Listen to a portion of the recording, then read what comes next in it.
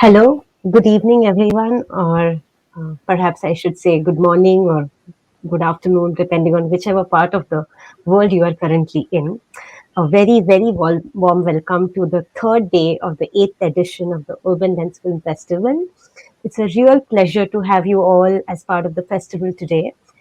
Due to the COVID-19 pandemic, this is the second year in a row that we are doing the festival online. And for the first 6 years, starting from 2013, the festival took place in Bangalore and New Delhi. But going on online also has its advantage, as we see that we can cater to a wider audience all over the world. So please do register and watch the 27 films on the Urban Lens website. So this year, apart from the films, we also have curated conversations with the filmmakers in focus, which we had yesterday and day before with Tamara Stefanian and Philip Scheffner. You can watch those conversations on the website, festival website. And today we begin with the panel discussion. Our first panel, Sex Work and the City, is part of the theme Labor and City. In today's discussion, Paromita Chakravarti and Neethi P will be in conversation with Gautam Bhan. And the conversation will be about the relationship between sex work and the growth of the colonial and post-colonial cities and their irreversible histories. I'll just read short bios to each of them of each of them. Dr. Paromita Chakravarti is a professor, Department of English, and has been the director of the School of Women's Studies, Jadavpur University, Calcutta, India. She completed her doctoral studies at the University of Oxford, UK. She teaches Renaissance drama, women's writing, sexuality, and film studies. She started one of the first queer studies postgraduate courses in India in the Department of English, Jadavpur University. Dr. Chakravarti is also the founder member of NGO EbongAalaap, which works on critical pedagogies and serves as board member of Anjali, an NGO which works on issues of mental health, as well as Ranan, I hope I'm just pronouncing it correctly, a cultural organization and an advisor and close associate of Durbar, a sex workers collective. She has published three books: Women Contesting Culture, Shakespeare and the Indian Cinema, and Asian Shakespeare, published in 2020. Neethi P. Interest broadly pertain to globalization and labor, with a focus on labor informality, analyzing diverse informal sectors and their associated workers, striving to understand the nuances of labor management relations and everyday labor politics in these informal sectors. Neethi focuses on informality among women workers and also various forms of upcoming informal or alternative labor associations and organizations, and their unique labor response strategies. At IIHS, she is involved in designing and carrying out research on various aspects of urban employment. Gautam Bhan is Associate Dean, School of Human Development at IIHS. He teaches, researches, and writes on the politics of urban poverty and inequality, urban and planning theory, housing, and identity and social practice. At IIHS, Gautam has taught under several programs, including the Urban Fellows Program, the Urban Practitioners Program, and the PWPUD. So now I'll hand it over to Gautam. Yes. Thanks a lot, Nabina. So it's a pleasure to be here, folks, and welcome Paromita, welcome Neethi. It's really lovely to be in conversation with both of you around the film. I had a chance to sit with it earlier this morning and really enjoyed looking at it. And what I thought we'd do is we just sort of run through some of not just what the film does. I'm assuming some folks here are going to see it within its 48 hours and may not have seen it before the discussion, but also what the film allows us to talk about, which is what I think that is so powerful. So, Paramit, I wanted to start with you and think a little bit about, to hear from you about something that the film repeatedly says, that actually it's a film about Kolkata. It's actually a film about the urban. It's actually a film about the city. And I wanted actually for you to start there because I think it's really interesting because what you're basically saying to us is there is a story about the city that sex work tells that is different from the stories about the city that we could have the story of Kolkata can be told in so many different ways. And the story even of health and planning and colonial imagination and the docks and the memorial, and I love the fact that one of the visual elements of the film is a map that's kind of your sutradhar, that's your narrator through, right? So, first provocations, what is the kind of story that you felt that sex work tells about the city that other archives, other ways of talking about the urban may not? What made you turn to this archive? Um, Actually, we started thinking about, what would be the best way of talking about, the history of sex work. And all of us, and, this includes Shabani and others, who we work with, Ditta, or everybody said, from what you say about Shonagachi, it seems, so intricately linked with the establishment of Kolkata itself. And that sort of triggered us to think in terms of that, because we often think of sex work as inhabiting a kind of ghettoed space, a marginal space in the city, where you go and come out, and you forget about it. It's just that kind of space which is separate. But when you start actually thinking about it, sex work is not just done in one space, first of all. I mean, it's spread all over the city. Its impact is spread all over the city. Its growth has so much to do with the city. So, to think of it as this sort of ghetto, or think of it as, trying to think ourselves out of the ghetto of thinking of sex work as because we always think of just brothel-based sex work. We think of a particular space when we think about sex work. We don't really sort of think about the rest of the city in terms of this. And we always talk about the red light district, the sex work district, Absolutely. as if it's just one space. So what would it mean? And we started thinking about what would it mean if you just sort of stop thinking like that, and you actually saw how integral sex work and sex workers, and for me, because I've been associated with the Durbar Mohila Samanvay movement for two and a half decades. So I've always felt Shoragachi and sex work as being very integral to even academic life, because we've had conferences at Jadavpur University of sex workers conventions, one of the earliest, and it is a kind of clash of spaces. It's a clash of cultures that happens, and something really interesting grows out of that. So I think I'll just sort of stop there and just wait for you to respond and maybe to respond.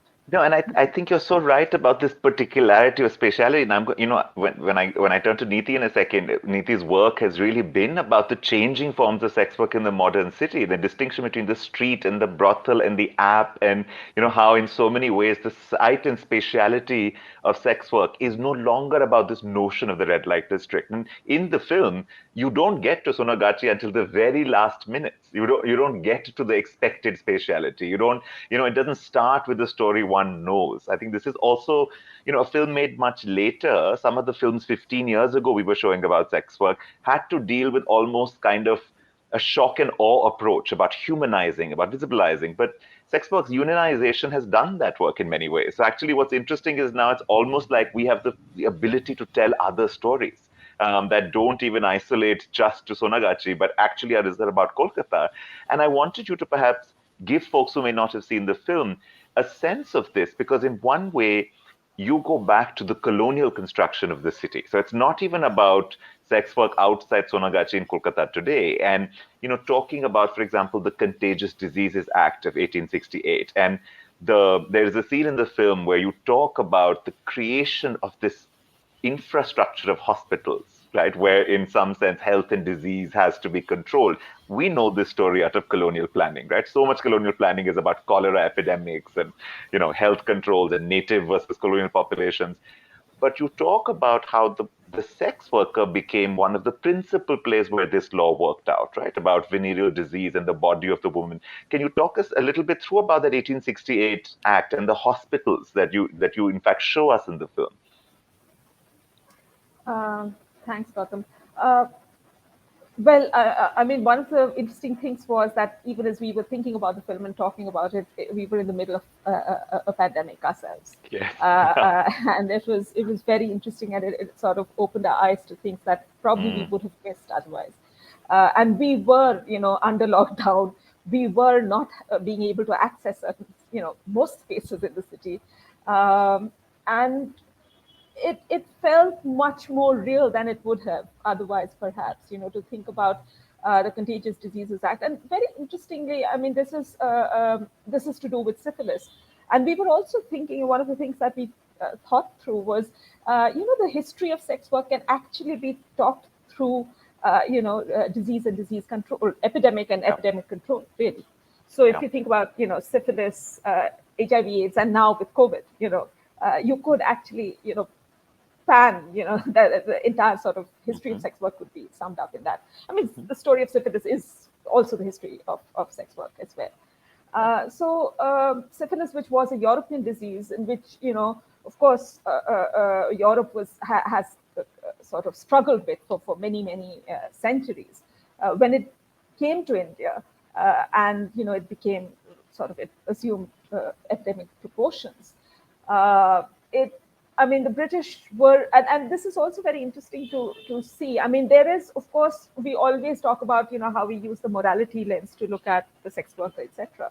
But if you look at, the deliberations that were happening again, around the Contagious Diseases Act, it was very interesting because on the one hand, they knew that they could not do without the sex worker. I mean, Correct. the empire, as we say, the empire was built on the back of the soldiers, the Tommies, and the Tommies were absolutely going to need sort of some kind of sexual outlet. And the British were absolutely not going to deny that to them, but except that they were interested that it should not lead to disease. So the entire act was really conceived as a means of, and it was so central to the conception of empire and what needed to be done. Very pragmatic concerns, except and you of course don't think of the women's bodies as human beings' bodies. So these Correct. were healthy bodies that needed to be delivered to the British soldiers, and they therefore instituted that. But what the act did, because it was really a curb on mobility, because what it was, just as lockdown, etc. Every sort of reaction to epidemics are sort of curbs on mobility. Right. And so it was very interesting to think about these women being contained in certain spaces, and those spaces then being developed in certain ways. So it is also the story of urbanization. Spaces are being created Mhm. through the curbs on mobility. So, Correct. so that's why we really sort of conceived of, let's take this act. Let's see how they Mm, created neighborhoods to mhm, which, these women were going to be contained, neighborhoods which they couldn't visit, neighborhoods where they had mhm, to be available. So let's look at that, and neighborhoods which were safe, which were not safe, genteel neighborhoods, where sex workers weren't going to be allowed to stay, cantonments where they had to be allowed to mhm, stay because they had to be available. So, this notion of spaces growing, spaces of the city developing through this act, which really pertains to control of syphilis, and like you said, absolutely. the lock hospitals, where of course, if Mhm. you were found to be ill, you had to be contained within the lock hospitals. You would be locked up. They were like prisons, except that they were called hospitals. So what we really sort of planned, the way we planned it, was to sort of look at the map of the city, look at these neighborhoods, look at how the history of these neighborhoods is so intimately linked to the operations of the act, and how Correct. these spaces grew up around the act. Mhm. So yeah, just sort of No, your thoughts. and it allows such a fascinating reading then of what we consider industrial infrastructure or modern city planning Yes. or the notion of public health, but not which one understands in a sort of racialized way. But I think this transverses with that kind of traditional archive of colonial city formation that we receive. And that's why I think it's so interesting because the film begins in the pre-colonial. So it's not only that one is not saying that this logic enters only with the colonial, but its continuities, its distortions, its particularities kind of sit in these ways.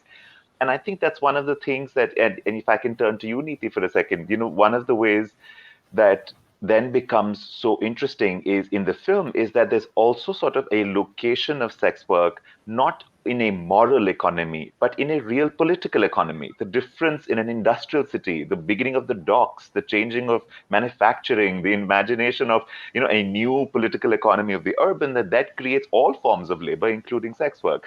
And so, Neethi, in one sense, if we sort of use your work to read a fast forward to the contemporary, and you've been looking at sex work and the ultra post neoliberal modern in urban megalopolis, like not Kolkata, looking outside, looking at Bangalore, looking at the cities. How do you now in your work read this connection between what stories about the urban sex work tells and how new forms of urbanization and change are shaping sex work? Yeah, Gautam, exactly. That's the starting point here. No, it's quite interesting. In fact, after watching that Paromita's movie, so I was just thinking, it actually provides us an entry point into our research, as you have rightly mentioned, right? So what we were trying to do through by the way, it's actually a joint project. I have a co-researcher, Dr. Anand Kamath. It's a joint project we have done over past 4 to 5 years field work in Bangalore. So in our research, what we were trying to do is to identify or to focus on sex work in urban transition, and also to look at the importance or the priority of urban transition in sex workers' life and work. So sort of intersection between these two themes, So when you mention this sort of kind of modern city, so the context in which we have started our research is actually, it's quite it's quite aware, or it's quite known that over the entire let me just move from pre-colonial or colonial to this post-colonial period, especially in the context of Bangalore, over the last, especially if you're looking at the past 3 decades, the meaning of this urban space has undergone a dramatic change, right? That is, Bangalore has moved from being a collage of urban commons to what we call a parcel of urban commerce, right? And this form of urban transition kind of, we argue through this book, or we could see that through our field work, that it actually wanes an organic or a kind of democratic process, transmuting into what we call the neoliberal urban literature as such. How we identify that through privatization, gentrification, and exclusion, right? So just like elsewhere in the globe, we could see that the city has sort of recreated a warm up as a safer haven for market-oriented development and elite consumption practices, right? So when we started, or when we look at our work in this sort of an urban imaginary, we can see that this is the urban imaginary that has become quite kind of common sense vision of our city, right? So this turns into nothing but a battleground for everyday micro-politics of urban life, where we could see that the access, the control, and representation become nothing but battle points. And with routine clashes between spatial right and spatial claims. And the sex workers were at the center of all this, right? When we look at this sort of modern city, and being some form of we identify them, of course, following Partha Chatterjee, form of pseudo invisible in the meta narrative of this urban transition, but at the same time, not really broadly inconspicuous in the physical space of the city, right? So they, in that way, sex workers in this context actually suffer from the highest and most, I would say, multi-layered form of precarity, right? This forms of, we can call it as a forms of advanced marginality, I would say, that they face in this urban space. That not only within the general demographic sort of population of Bangalore, but also along with the strata of informal workers that populate the working class of city. Some form of, let's say that more unequal than unequals, right? So again, if we, when we look at it from this informal working class, again, if we look at Saskia Sassen's observation, some form of so while globalized cities demand more informal workers, especially informal women workers, I would say that only those who fit into the ideal public, gain this legitimacy. Therefore, not that the pseudo invisible, it's not that kind of an, legitimacy. So the group which we are talking about, the cohort which we are talking about, the pseudo invisible, such as the street-based sex workers, do not, may not really gain.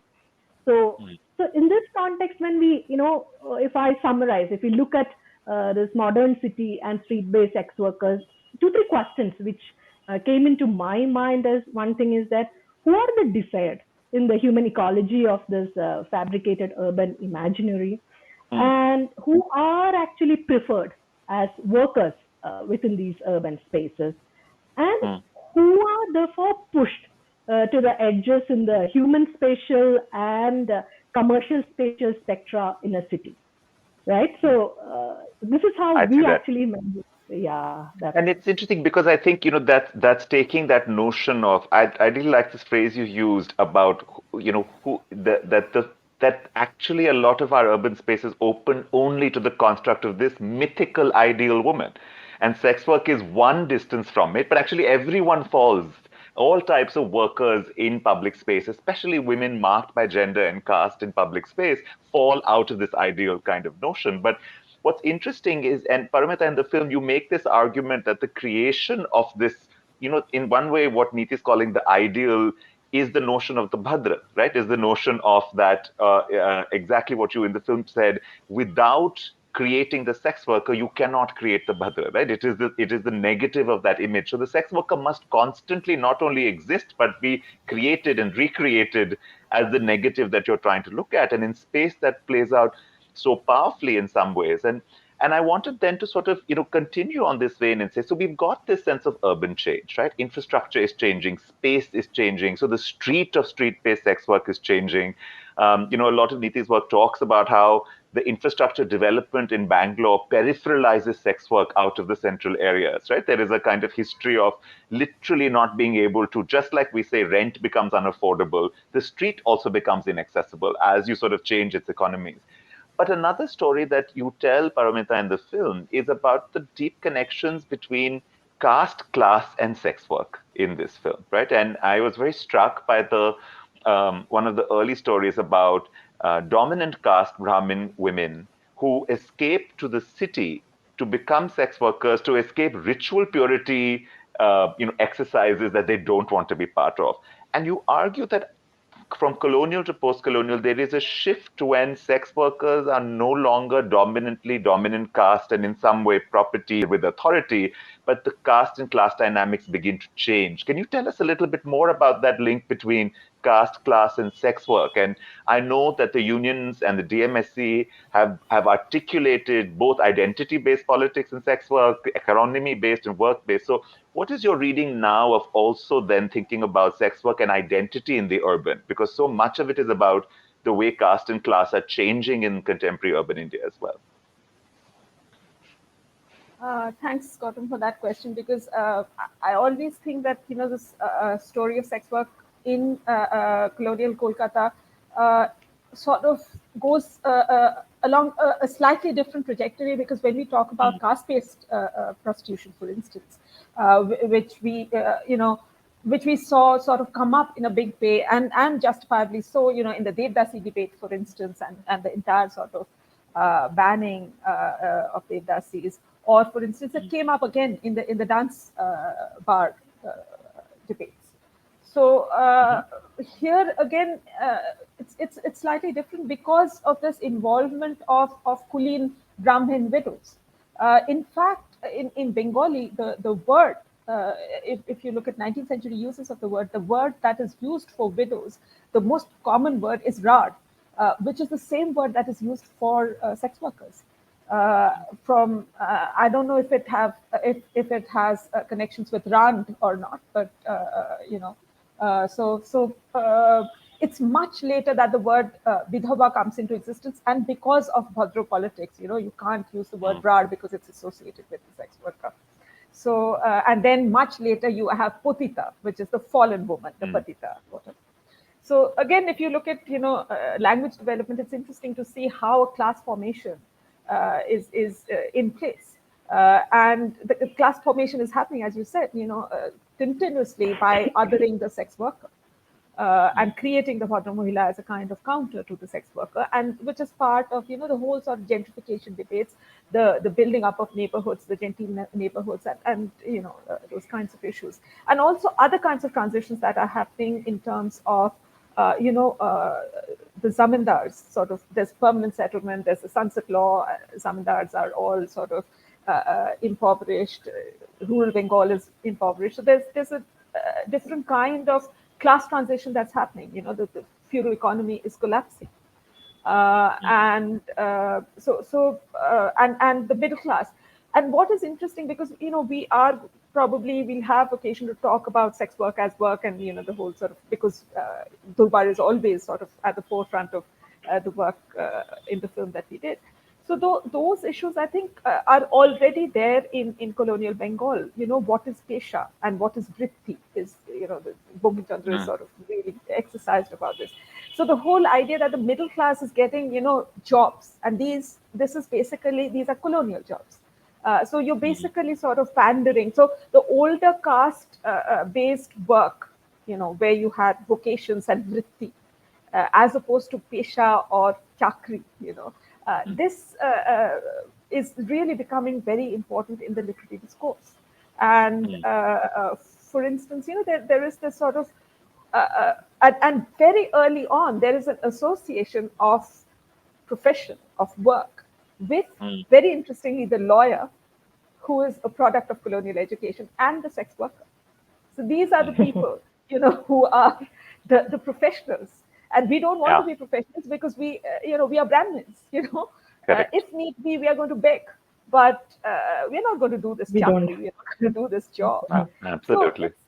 So it's very interesting, how there's a shift that is happening from caste-based occupations to, colonial jobs, and colonial, and the whole notion of profession. And I think, that is also, helping in reformulating caste, the idea of the job. And of course, there is also the question of community. You talked about caste and class. There's also the question of community, because it's among sex workers that, there are a large number of Muslim women. And it is around this time that, the traditional sort of courts, the royal courts of Awadh, of Bhopal, of Agra, these are collapsing. And these women are coming to Sonagachi and Chitpur area. They're all located there.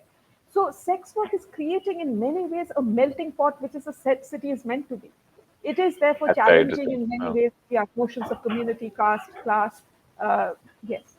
I think that's really interesting. And I think it's really interesting how geographically and regionally specific then these particularly caste and class-based histories of sex work are, because it's a very different story in much of the South and much of the North and much of the Northwest from this particular kind of configuration. And then again talks about how particular sex and desire and sex work can be as archives of a urban, not the urban in general, but of Kolkata in a very different way from Bangalore. And I think that's something that is the point of the film. It is a film about the city. It's not a film actually about sex work.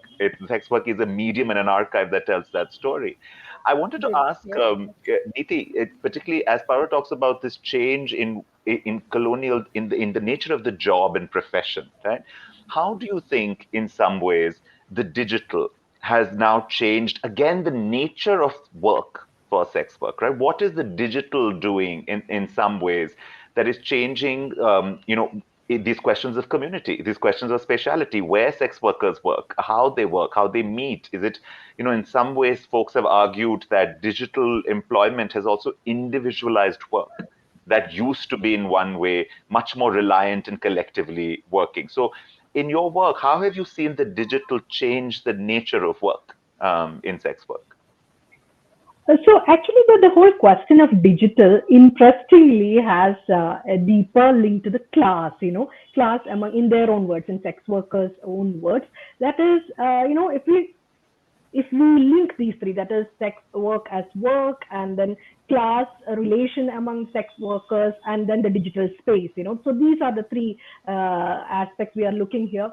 So we can, yes, thanks to this shrinking of urban space, we could see that more and more sex workers are now quite deeply engaged to various, or seeking help from technology, mainly mobile phones. Mm, So, but the difference here is that, so we were basically, our work was mainly looking at one of the lowest class of sex workers, that is street-based sex workers. Because unlike cities like Calcutta or Bombay, in Bangalore, we actually don't have designated spaces for sex work like red light areas. Like, so sex workers, we can see them, or the work actually spread across the city as such. So mainly our focus was on street-based sex workers, and it's something which came in our interviews and in our discussions with them itself. They actually belong to one of the lowest class of these sex workers. For them, they use mobile phone as a device to contact their clientele, of course, but they're not really familiar with various app-based venues where they can approach, or they can actually come forward, and they can actually gain more clients, or they can actually sort of argue, or they can actually ask for more uh,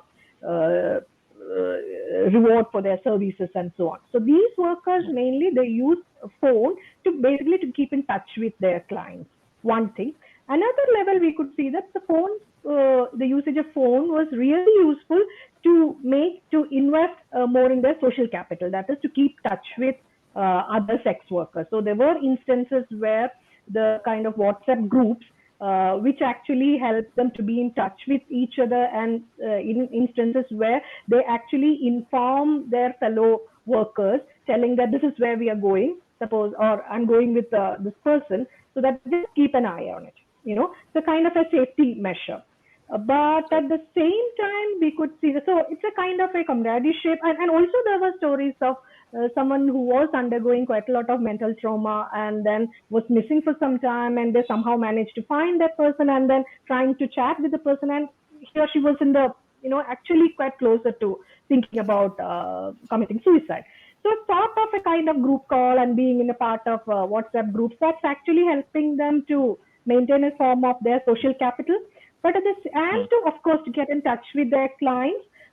Especially now, it is really difficult to be in public, right, in the public space, or and to actually solicit. So it actually helped them to keep in touch with their clients and this thing.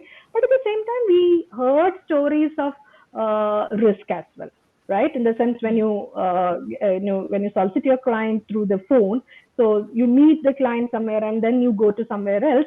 So the chances of actually the getting being attacked and the violence is, I would say, equal or even sometimes more.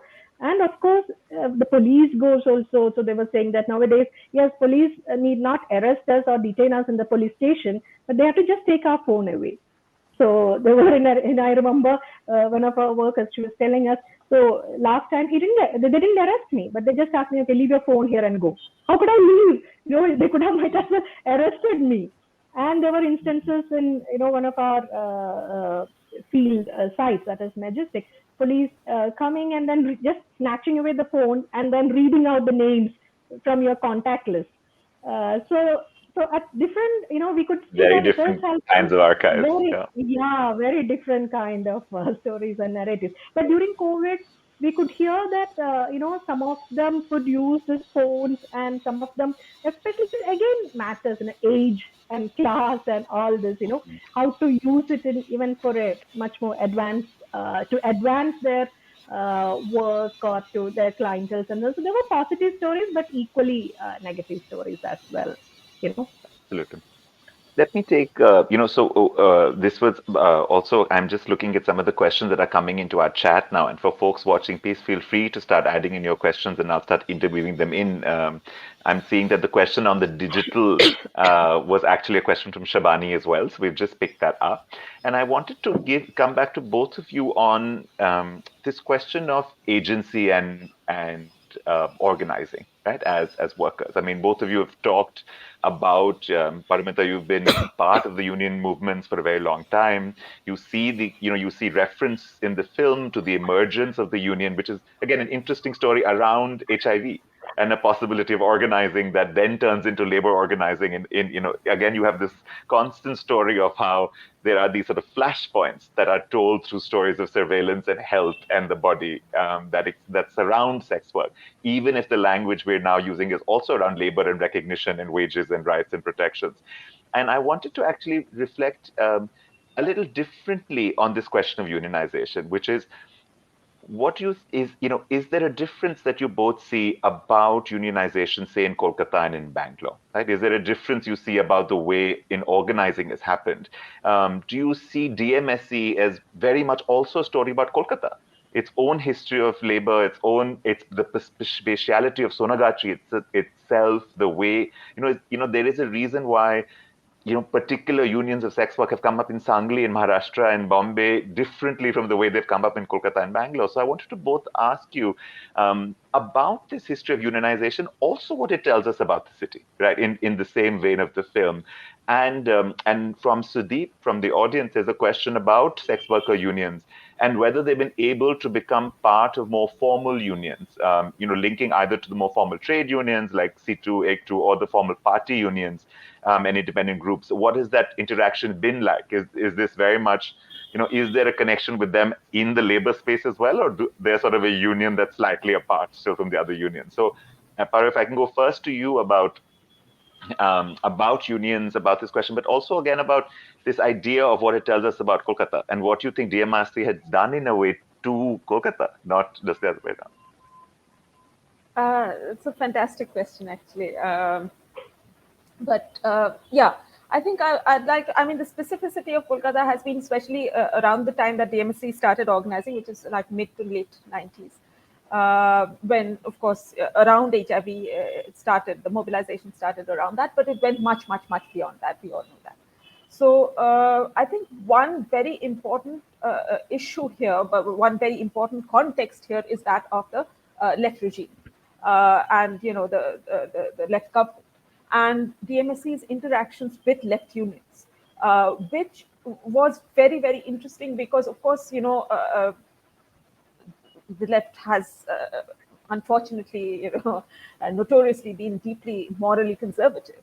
And, one wouldn't have expected this kind of an interaction to have been possible. And one of the things I think happened, and I think it was the times, it was also, the need of the hour, because sex workers needed that recognition for them to become visible. If they were not visible, all the HIV campaigns were failing, over the whole issue of condom use. Now, undercutting is a very common thing. So even when you have, brothel-based sex work where it's easier to organize and collectivize, even there it is, so you go and distribute your condoms and you explain all about HIV and you say that you don't do work without, if your client doesn't agree to use a condom. Fine. So you ask once, you ask your client once, you ask your client twice, 3 times. If he refuses, you either do it or you refuse, thinking, okay, this is what DDs have told us, this is what we should do. And then he goes, 3 lanes down and he manages to find somebody who will agree to it without, doing it without a condom. So the whole point was that unless you collectivize, unless you have to, you have to do this together, otherwise you can't do it at all. So I think one of the, it was the health challenge, and it was largely, an administrative challenge for the left government. And the way out of it, I think, was to, see this as, recognize or acknowledge this trade as work and go the unionizing way. That was the easiest way for the left government to deal with the whole sort of question of sex work and the problem of containing HIV. So I think in those early days, there were very, very interesting interactions that happened between traditional left unions, and left union leaders were, in very, very close interactions with the DMSE leaders. And we were all very young and bright-eyed at that point. We were sort of standing on hoping for the big revolution to happen, because we really thought revolution was here. I mean, the left government was talking to sex workers. What more can you have? What more? Expect to see in your lifetime? Politically. Yeah. But it fizzled out for various reasons, and I don't want to get into all of that. But I think so there is a specificity to this kind of mobilization that we've seen around the MSc, and there is a sort of and I think it's been different in other cities. There were many other issues that you raised, but I don't think we have time enough to look at that. But yes, but just a last yeah. Sorry, just a last thing on what the reaction of the more formal party and independent labor unions were to. What was the response? That was the question from the audience. I wanted that. Yeah. No, it was interesting because it was happening at various levels. There were other informal sector workers, for instance, rickshaw pullers. There was a big thing around rickshaw pullers, garbage collectors, who were all asking for unionization, and this was happening. Yeah. Their mobilization was happening at a completely different level, and it was very male dominated, etc. And when the sex workers went, it was like all women, and Shoraji Chand was the only man who was speaking up for them, and it was they were very thrown, I have to say. And they were always throwing these laws and these conventions at the sex workers, saying that we can't admit you as a union because X, Y, Z. This is clause numbers, whatever, 325, and there's clause number. So one clause was, of course, that there was no understanding of what sex work was. There was no legitimacy of it as work. So basically, they were asked to rename themselves entertainment workers. That coincided with also, the whole sort of funding controversy that had happened at that time. The Bush administration had passed that law saying that, that's right, we can't fund anything that supports sex workers. The abstinence laws had been passed. So the whole sort of renaming, I think, broke our hearts, because we thought the revolution was in the name. The fact that you can acknowledge yourself, that was the identity, that was the recognition as a worker. And other entertainment workers were not interested in unionizing with Durbar at all. So, because they felt that their credibility, their respectability was at stake if they were going to be associated with sex workers. So there was, there was lots of problems that happened, but there was also huge amounts of excitement and, hope at that moment. Absolutely. Now, thanks, Paromita. Neethi, reflections on organizing, mobilization, unionization from Bangalore. I know that Bangalore, for example, and I'm picking up one of the other questions in the chat from Abita about specifically sex work's intersection with transgender and genderqueer and Hijra communities.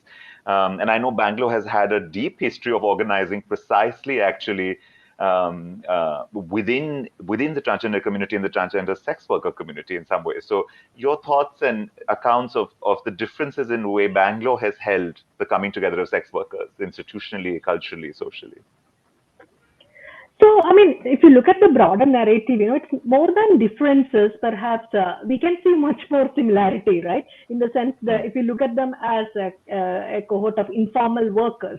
So the thing is that here, if you look at more than 2 decades of history of this worker association, sex worker association, or how we try to organize them, with the lacuna left by state general impassivity, so nearly 3 decades or so, a range of civil society organizations play a significant role as human rights and citizenship empowering initiative to basically to help them in the beginning, a sort of to assert their rights and agency, right? So these organizations actually either mainly, engage specifically on either as a legal support mechanism or civil society organization concerned with human rights or rights of minority. So, and then many individuals can be academicians or medical practitioners, and of course the lawyers, and either by their own or being part of various this organization, were always there that's what I was telling, nearly 3 decades or so to support these sex workers. And of course, the networks among sex workers across local, regional, and national levels. And as you rightly mentioned, this sort of a coalition of sex workers, especially women sex workers, and then male sex workers, and then transgender or hijra sex workers. That is something quite strong which we can see here, kind of a supporting hand to each other. And of course, the Karnataka Sex Workers Union. It's again it's a union of men, women, and transgender sex workers, which is again affiliated to at various levels. We could see that the new trade union initiatives and the National Federation of Independent Trade Unions, that kind of national independent trade unions, and the National Network of Sex Workers, and Asia Pacific Network of Sex Workers, and so on. So these are the different levels we could see that here a kind of organization is coming. And within this, yes, even something which is really interesting is, apart from the active role of the civil society organization, is this kind of a coalition, as you have mentioned, among different strata of sex workers. Yes. That's really interesting. That's really interesting. Thank you. So I'm seeing we've got about 10 minutes. So I want to take the 2 last audience questions and ask them straight so that we cover all of the ones that were asked. So Paramita, one question for you on the form of the film from Lalita. And Lalita's asking that she's curious about a formal choice that where you hear a person's voice but you never see the person throughout, though their presence is there throughout. And I know that the voice is you, so it's, if I'm right. So one reflection on you on this, on the formal choice of the idea of you speaking but not being seen. In fact, what's interesting is you don't see anybody. I mean, you see the city, you see the built environment, you see the map, but you don't see people. I mean, there's the only character in a sense of the film is the city. But your thoughts on this formal choice of voice but not visual? Well, short answer, long question is these were COVID times. It's a lockdown film. There were things that we could do, and there were mostly things that we couldn't do. But the idea of the film was to think of it like as a city walk, really. Like a guide takes you through, a city walk. So that was the sort of formal context in which we thought of the film. So initially the idea was that I would be walking through the city, visiting these various places. So the docks, the Shodagati area, the Chitpur area, so all of these. And we really I wrote the entire script. I mean, Shabani then later made it into a script, but I wrote the whole thing as a series. I mean, I wrote the history of sex work through the neighborhood. So it was like a list of neighborhoods that we were going to visit. And we were going to start with North Calcutta and slowly move southward. So that was, and really start with Fort William, which is where the Cantonment Act came into existence, which is where the British Empire, in a certain sense, was located at that point. So I mean, the sort of heart of the empire. So that was the idea that, one would do a walk. But because of lockdown, because of several other, there were lots of regulations about how many people of the crew you could use, whether you could be in public places shooting at all or not. So that led to, but I think, it is a lockdown film, and I think we should really sort of acknowledge that as a lockdown film. It is. Well, I mean, films are products of their times. Yeah. Yeah. And in some ways, it's so interesting because, like you're saying, I mean, the echoes of tracing contagion and tracing health and tracing disease in the middle of film. I mean, there's sort of it's not. I mean, you can't use the word meta anymore because of Mark Zuckerberg. But when it just used to be a word, it really feels a little bit of that level of saying, "Wow, I know, they've stolen meta from us." They've stolen meta from us. So, closing question to you, Neethi, from Nejin Dorseli. I hope I'm saying the name correctly. I'm likely not. Who's an architect and is wondering if there is, because you looked at street-based sex work in particular. Is there a way to analyze the physical space where sex workers work and aspects of the space that can make them feel more or less secure? If you have any information on that, are there the kinds of streets? Are there types of design? Are there locations? In case you came across some part of your work that talked about the sort of material and architectural element of it. I know that from the Bangalore that I know, particularly the street from the Brigade Road traffic signal towards Commercial used to be one of the most important street-based sex work, especially for Tranja and Koti sex workers, which is something that was aided because it was close enough to public, but removed enough from it. It was off the lesser taken left from that signal versus you go right and you're in the middle of sort of central Bangalore. And they needed, and a lot of sex workers at that point who I knew used to talk about the importance of both the proximity and the distance, right? Far enough from the light, but close enough to the light. And that's one of those things that also that, some of your work hints us towards. The metro development there, the change in that area took that street away from street-based sex work. It's no longer in any way available in that, because that entire area has moved and its economy has changed and stuff. So, but any other thoughts on particular streets, particular architectures that could be? Yeah, I mean, it actually comes from the nostalgia. We used to, that big tree which used to be there. So that was quite safer for us. Or this lake, or that park when there was no security guard there. We could just walk in and we could spend a lot of time. And we even had a discussion with one of the oldest, transgender sex workers. So she was telling us how Kaban Park was quite open. Absolutely, and the bamboo groves particularly. But bamboo groves, exactly. Yeah. So, but so in that way, we could see that we can't really say such secure spaces anymore. But at the same time, we still hear stories like in Majestic. Yeah, the platform 2 is mine. So where some, so and another space, especially for male sex workers, public toilets. Over the years, if you take the statistics of public toilets, we actually did a small analysis. We could see that number of public toilets have come down like anything for both male sex workers and transgender sex workers. So these are the safe zones for some of these workers, which is unfortunately not part of this mega city planning, or we don't really consider them as safe places. But for them, these are the safe spaces. But still, KR Market is another spot where we could see that they can at least freely walk. That again belongs to that strata of sex workers. Still, we can hide behind the big KR Market. By the way, Paromita is a big wholesale vegetable market. So big trucks and all those, they park it over there. So they still can. So the relation with the truck driver may allow them to hide themselves and to provide service. And they are the lowest rung of sex workers. They can use the trucks at night for providing service and so on. So like this, there are still some pockets where they find it is safer, but to make sure that it is safe, they need the support of other agents and other players, So no, I think I'm thinking so much of the work of Dhiren Borisa, who is a queer Dalit geographer, who's been writing about how changes to public toilets and metro development and infrastructure changes the geography of desire, of precisely sexuality, caste and class in the city, writing about Delhi.